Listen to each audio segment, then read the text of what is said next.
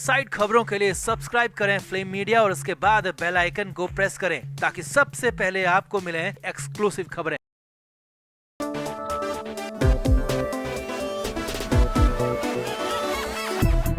तो money laundering के आरोपियों के लिए अच्छी खबर है, क्योंकि 11 महीने से जेल में बंद महाराष्ट्र के पूर्व गृह मंत्री अनिल देशमुख को जमानत मिल गई है। अब अनिल देशमुख को जमानत मिली तो नवाब मलिक और संजय राउत के चेहरे खिल गए होंगे, क्योंकि उनकी भी उम्मीदें जग गई होगी। मगर कोर्ट की शर्तें सुनी और पूरा फैसला सुना तो दोनों शायद हक्के बक्के भी जरूर हो गए होंगे, क्योंकि अनिल देशमुख को जमानत देने के लिए कोर्ट ने 6 कड़ी और बड़ी शर्तें रखी है और अगर पालन नहीं किया गया तो जमानत किसी भी वक्त रद्द की जा सकती है। और सबसे बड़ी बात ये है कि देशमुख को कोर्ट ने जमानत केस और दलीलों के आधार पर बिल्कुल भी नहीं दी है, बल्कि वाकई में अनिल देशमुख की जेल में हालत बहुत ज्यादा खराब हो चुकी है। अनिल देशमुख अधमरी स्थिति में आ चुके हैं और अगर जेल में देशमुख को कुछ भी हो जाता है तो ये कानून के लिहाज से सही नहीं होगा। सिर्फ इसी वजह से कोर्ट ने उनकी मेडिकल कंडीशन को देखते हुए जमानत देने की मंजूरी दी है।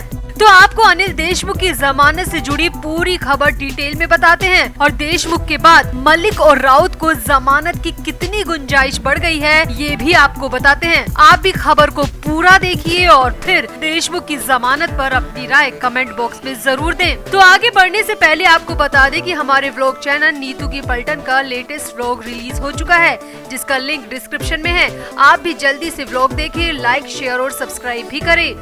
तो मनी लॉन्ड्रिंग के मामले में जेल में बंद महाराष्ट्र के पूर्व गृह मंत्री अनिल देशमुख को बॉम्बे हाई कोर्ट ने जमानत दे दी है। अनिल देशमुख पिछले साल नवंबर से जेल में बंद हैं। बॉम्बे हाई कोर्ट के जज न्यायमूर्ति एनजे जमादार ने अनिल देशमुख को जमानत देते हुए साफ साफ कहा कि 73 साल के देशमुख कई गंभीर बीमारियों से पीड़ित हैं और उन्हें इस हालत में जेल में नहीं रखा जा सकता।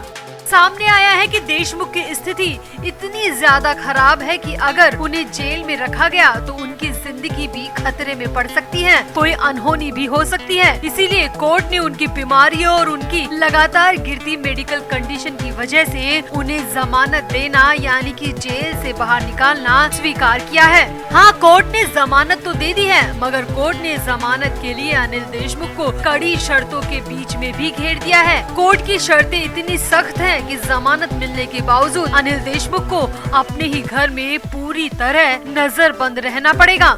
न्यायमूर्ति जमादार ने जमानत देते हुए कहा कि अनिल देशमुख की जड़ें समाज में हैं और उनके न्याय से भागने की संभावना दूर की कौड़ी लगती है। यानी कि कोर्ट के कहने का मतलब है कि अनिल देशमुख समाज से जुड़े हुए, जनमानस से जुड़े हुए नेता हैं और ऐसी स्थिति में वो न्याय से दूर भागने की सोच भी नहीं सकते, क्योंकि उन्हें पूरी जनता अच्छी तरीके से जानती है। अगर उन्होंने कानून के खिलाफ कोई भी कदम उठाया तो ये उनके लिए भारी पड़ सकता है। कोर्ट ने आगे कहा, अभियोजन पक्ष की तरफ से इस बात का पूरा ध्यान रखा जाए कि सबूतों से छेड़छाड़ ना हो और गवाहों को धमकाया ना जाए। जी हाँ, कोर्ट ने साफ साफ कहा कि देशमुख किसी भी तरीके के सबूतों से छेड़छाड़ ना करे और ना ही गवाहों को धमकाए, क्योंकि अक्सर जमानत मिलने के बाद में आरोपी ऐसी हरकतें करते हैं। इसीलिए कोर्ट ने पहली शर्त यही रखी है कि सबूतों से ना तो छेड़छाड़ होगी और ना ही गवाहों पर किसी भी तरह का दबाव बनाया जाएगा। आगे देखिए, कोर्ट ने अनिल देशमुख को 2 महीने तक हर सोमवार और इसके बाद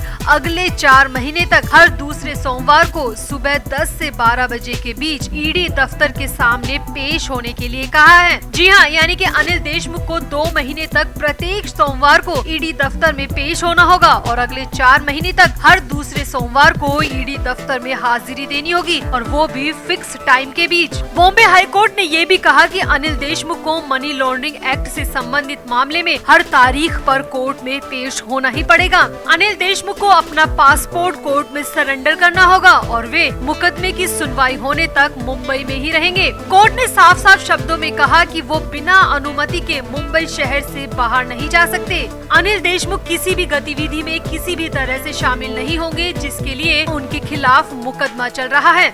आगे देखिए, कोर्ट ने ये भी कहा कि अनिल देशमुख इसी मामले के सह आरोपी या उन गतिविधियों में प्रत्यक्ष या अप्रत्यक्ष रूप से शामिल किसी भी व्यक्ति से कम्युनिकेशन की कोशिश नहीं करेंगे, न ही फोन के जरिए, न ही मैसेज के जरिए और न ही मिलकर। यानी कि अनिल देशमुख को इस केस से जुड़े किसी भी आरोपी की किसी भी गतिविधि में शामिल होने की अनुमति कोर्ट की तरफ से नहीं दी गई है। वहीं कोर्ट ने साफ साफ कहा कि अनिल देशमुख को ये सुनिश्चित करना होगा कि उनकी वजह से ट्रायल में किसी भी तरह की देरी ना हो, सबूतों के साथ छेड़छाड़ या गवाहों को प्रभावित करने की कोशिश बिल्कुल भी नहीं हो। अगर इनमें से कोई भी शिकायत मिलती है तो कोर्ट अनिल देशमुख की जमानत को तुरंत रद्द कर देगा। इसके अलावा कोर्ट ने कहा कि अनिल देशमुख को हर मामले में दोषी नहीं ठहराया जा सकता। कोर्ट ने कहा अनअकाउंटेड संपत्ति टैक्स वायलेशन के लिए कार्रवाई योग्य हो सकती है, लेकिन उसे तब तक अपराध की आय नहीं कहा जा सकता जब तक कि अपराध सिद्ध न हो जाए। यानी कि कोर्ट का कहना है कि जितने भी आरोप अनिल देशमुख पर लगे हैं उन सभी मामलों में अनिल देशमुख को दोषी नहीं ठहराया जा सकता जब तक कि ट्रायल शुरू न हो जाए और अपराध सिद्ध न हो जाए।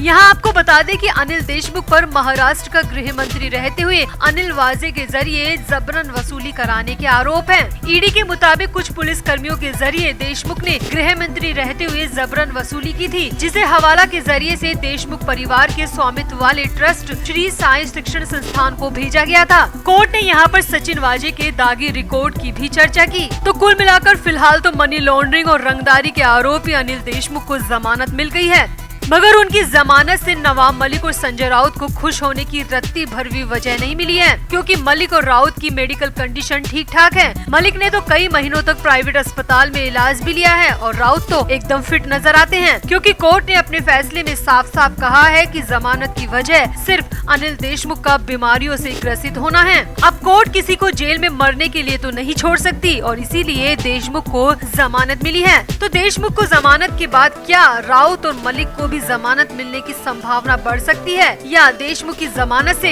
इन दोनों के केस पर किसी भी तरह का फर्क नहीं पड़ेगा? आप भी अपनी राय कमेंट बॉक्स में जरूर दें और वीडियो को भी शेयर करें। तो आगे बढ़ने से पहले आपको बता दें कि हमारे व्लॉग चैनल नीतू की पलटन का लेटेस्ट व्लॉग रिलीज हो चुका है, जिसका लिंक डिस्क्रिप्शन में है। आप भी जल्दी से व्लॉग देखें, लाइक, शेयर और सब्सक्राइब भी करें।